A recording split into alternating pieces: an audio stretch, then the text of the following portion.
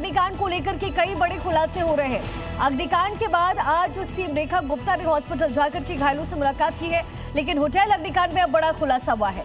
सरकारी जमीन पर यह होटल था। सूत्रों के हवाले से बड़ी खबर है, जो फर्जी दस्तावेज थे उसके ऊपर इस पूरे होटल की रजिस्ट्री हुई। मालिक लवकेश बजाज के घर पर हथियार भी मिला था। ये तमाम बातें निकल करके एक के बाद एक सामने आ रही है, तो एक एक करके तमाम खुलासे हो रहे हैं इस अग्निकांड को लेकर के। ये बड़ी जानकारी इस समय मिल रही है, बहुत बड़ा खुलासा है। सरकारी जमीन पर यह होटल बना।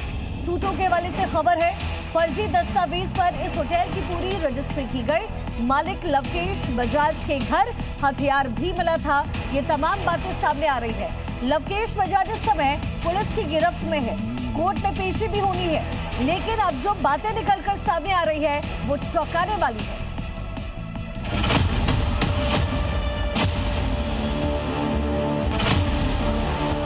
दिल्ली के मालवीय नगर की इन तस्वीरों ने पूरे देश को हिलाकर रख दिया, लेकिन सबसे बड़ा सवाल ये कि 21 लोगों की मौत का जिम्मेदार कौन है।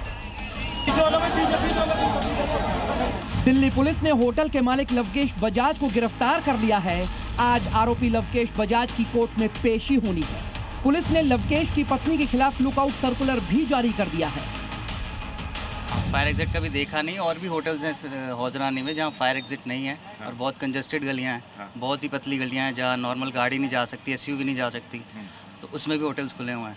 अच्छा, बहुत नुकसान होता है सर, जान का भी नुकसान होता, लोगों का भी होता, लेकिन अभी तक इन होटल्स के लिए कुछ किया नहीं गया। प्रशासन की तकनीकी शब्दावली में ये हादसा कहा जाएगा, लेकिन ये हादसा नहीं, क्योंकि जिस बिल्डिंग में आग लगी उसे BNB यानी ब्रेड एंड ब्रेकफास्ट स्कीम के तहत सिर्फ 6 रूम में होटल चलाने की इजाजत थी, लेकिन इस बिल्डिंग में 25 कमरे बना दिए गए। ग्राउंड फ्लोर के अलावा सिर्फ 2 फ्लोर बनाने की इजाजत थी। हर फ्लोर पर 3 कमरे, लेकिन बिल्डिंग के हर फ्लोर पर 5 कमरे बने हुए थे। पिछले 12 साल से ये अवैध होटल चल रहा था, लेकिन किसी ने सवाल नहीं पूछा, किसी ने कोई एक्शन नहीं लिया। इसी लापरवाही का नतीजा ये है कि होटल में 25 कमरे बना दिए गए और इमरजेंसी एग्जिट के नाम पर सिर्फ एक छोटा सा दरवाजा।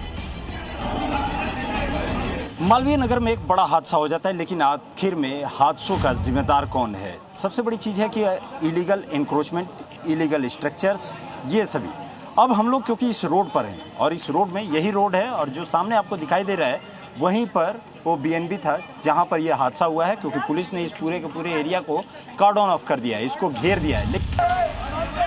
जो एक्शन प्रशासन को पहले लेने थे, वो कार्रवाई 21 लोगों की मौत के बाद शुरू हुई। हर बार ऐसा क्यों होता है?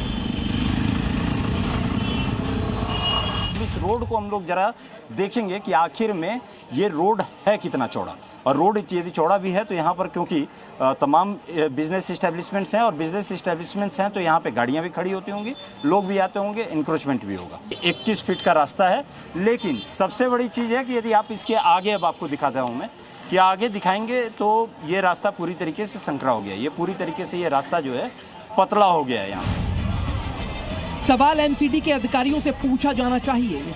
सवाल दिल्ली पुलिस के उन अधिकारियों से पूछा जाना चाहिए जिन पर कानून व्यवस्था और अवैध निर्माण को रोकने की जिम्मेदारी थी। सवाल दिल्ली जल बोर्ड से भी होने चाहिए जिसने बिल्डिंग में वाटर कनेक्शन दिया। सवाल बिल्डिंग में बिजली कनेक्शन देने वाली कंपनी BSES के अधिकारियों से भी होने चाहिए। होटल चलाने की मंजूरी की शर्तों के मुताबिक बिल्डिंग के लिए फायर NOC लेना जरूरी था। दिल्ली फायर सर्विस ने इसे चेक करना जरूरी नहीं समझा, इसलिए हम कह रहे हैं ये हादसा नहीं है। ब्यूरो रिपोर्ट, जी मीडिया।